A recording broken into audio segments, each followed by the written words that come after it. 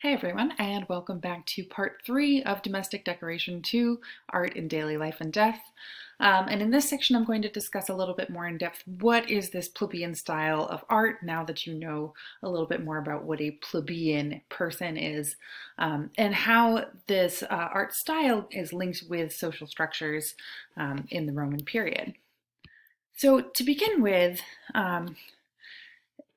plebeian art is only one of the terms that can be used for this style, and it is, as was discussed in your reading by Lauren Hackworth-Peterson, a bit of a loaded term. And so she really starts teasing out some of the connotations that come out of an earlier scholar, Bianchi Bandinelli's distinction between arte plebea on one hand and arte aulica on the other.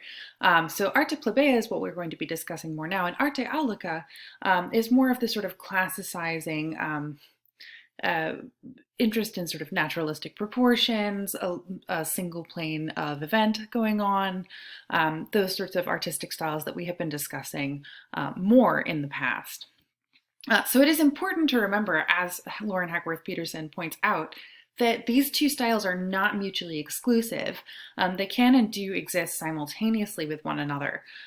So she decides to discuss and use this monument, the column base of Antoninus Pius, which is erected in 161 CE in honor of Antoninus Pius by his two successors, his co-emperor successors, Marcus Aurelius and Lucius Verus. The column itself we no longer have, but we can see some sort of image of what it may have looked like from the back of this coin. It may remind you somewhat of these columns of Trajan and Marcus Aurelius that we discussed a couple weeks ago. Now, on the first sort of front side of this monument, there is a monumental inscription. This is something we've seen on a lot of imperial monuments before, and in this case, it's a very simple dedication to Antoninus Pius by Marcus Aurelius, here Antoninus Augustus, and Lucius Verus, here Verus Augustus, as his sons. On the opposite side from that inscription, we have a scene of the emperor, the deceased emperor's apotheosis. Here, so you can see that column base of Antoninus Pius, 161 CE. So this apotheosis scene here is done in a more classicizing style. You can see we have these sort of classical proportioned figures, rather staid posing, apart from this sort of big diagonal of the genius, this god bringing Antoninus Pius here and his wife Faustina up into the heavens to signify their becoming gods after death. Apart from him, we have a lot of emphasis on sort of horizontal and vertical lines instead of sort of emotional diagonals, and lots of emphasis on movement. So you see that sort of classicizing style on the sort of opposite side from the inscription on this monument.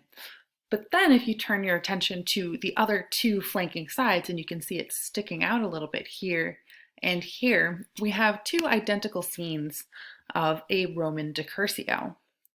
So the decursio is a Roman maneuver performed by the cavalry here around the outside and the legionary soldiers as part of funerary rituals for a prominent person like the emperor, in this case, Emperor Antoninus Pius, who is deceased.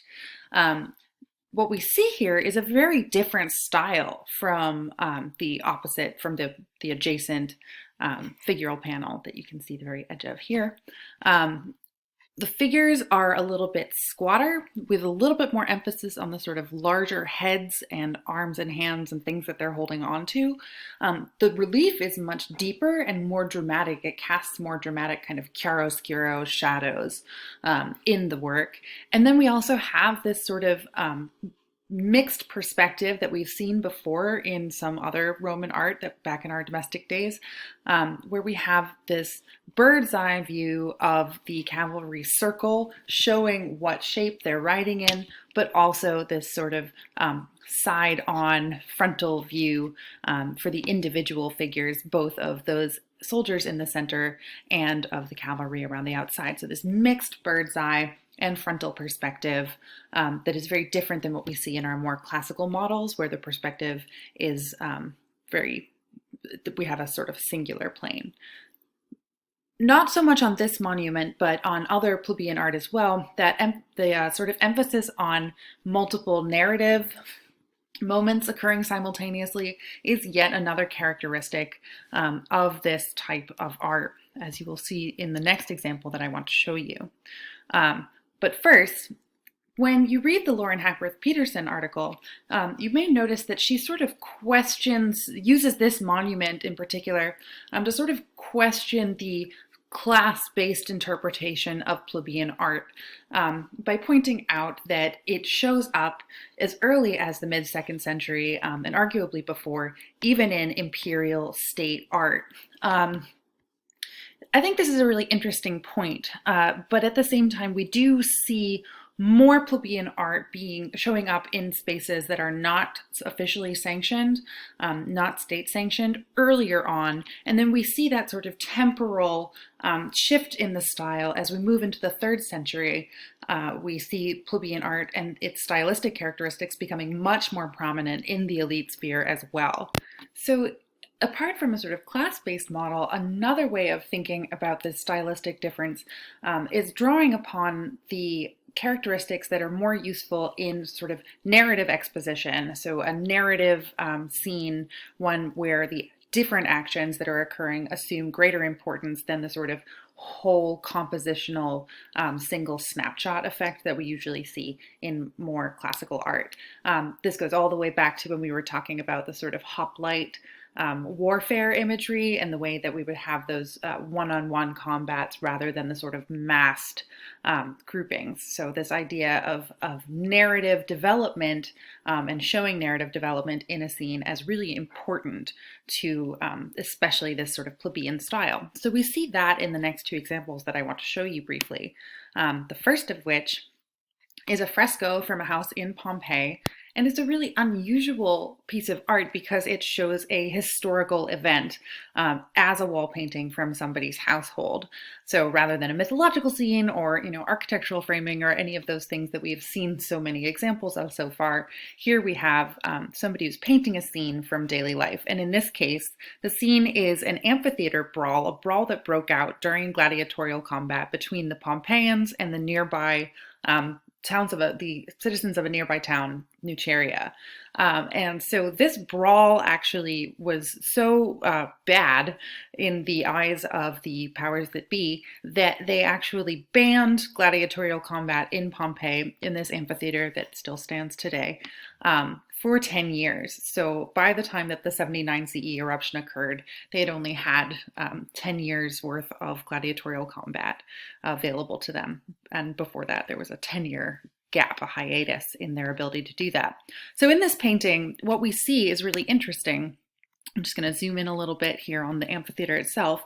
We have this, again, mixed perspective. So we have a front-on view of the amphitheater, which shows that really distinctive arch facade that the amphitheater has with its staircases going upwards.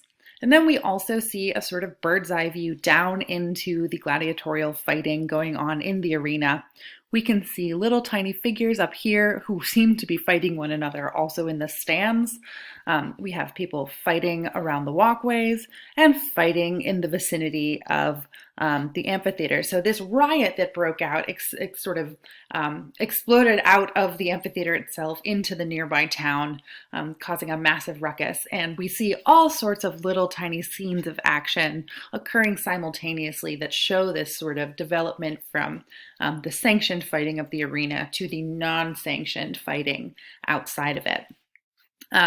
To show you where this is, and this is just sort of a little side piece because I think it's an interesting resource that I've used a couple times in my presentations here and that I want you to be aware of, you can go to this ArcGIS map of Pompeii. Eric Poehler from the University of Mass Amherst is responsible for it. And let me see, I'm open to it. Here we go.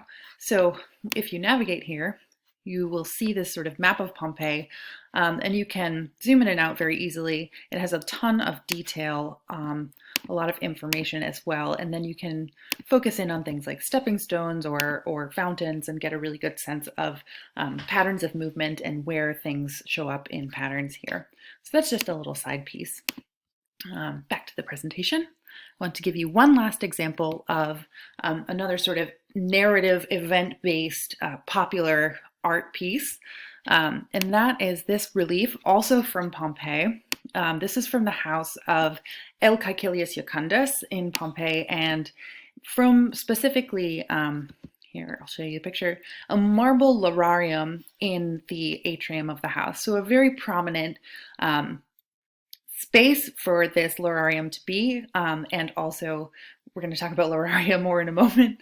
A very important space for this to be, and also a really expensive medium that it is done in. And the decoration of these little reliefs that are running around the sides of the altar show damage from the Pompeian earthquake of 62 CE, which was a massive destructive event in the town. From which they were still recovering when the eruption of Mount Vesuvius destroyed the town more permanently. And in this relief, we see several characteristics of the sort of plebeian style of art at play. We have interesting sort of hierarchy of scale, where in some cases human figures and animal figures are much larger than large buildings. We have these sort of wonderful hint at movement through the shifting on the axis of these buildings as and this toppling one here, as the earthquake jostles them around. We have a sort of emphasis on showing characteristics that are easily identifiable and that show or imply a form of action on the part of figures in the scene. So these little attributes here that go with the scene of sacrifice, leading a bull to sacrifice at this altar, are the scale is enlarged, and their sort of identifiable details are heightened so that they are more legible or maximally legible to the audience. And perspective is less important to be naturalistic, and more important if it can show sort of maximum information about the context of the scene that is going on here. So both of these examples I think are interesting also because they show the way that local people sort of interpret and think about important moments in their own history and then choose to represent them. So it's interesting that in both cases that plebeian idiom of wanting to really show action and show narrative development is something that people turn to in this time regardless of the medium. So in both cases we have wall fresco in a fairly fancy house here, using that idiom of the plebeian art to show a historical event. And then also this really expensive lararium, this expensive household altar with its marble reliefs. So as a still using that sort of plebeian artistic style to show this important event and its occurrence. So what I want you to do now is to continue thinking about the visual culture of the daily life location you discussed already in parts 1 and 2, and then to reflect and write 3 to 4 sentences on the following questions.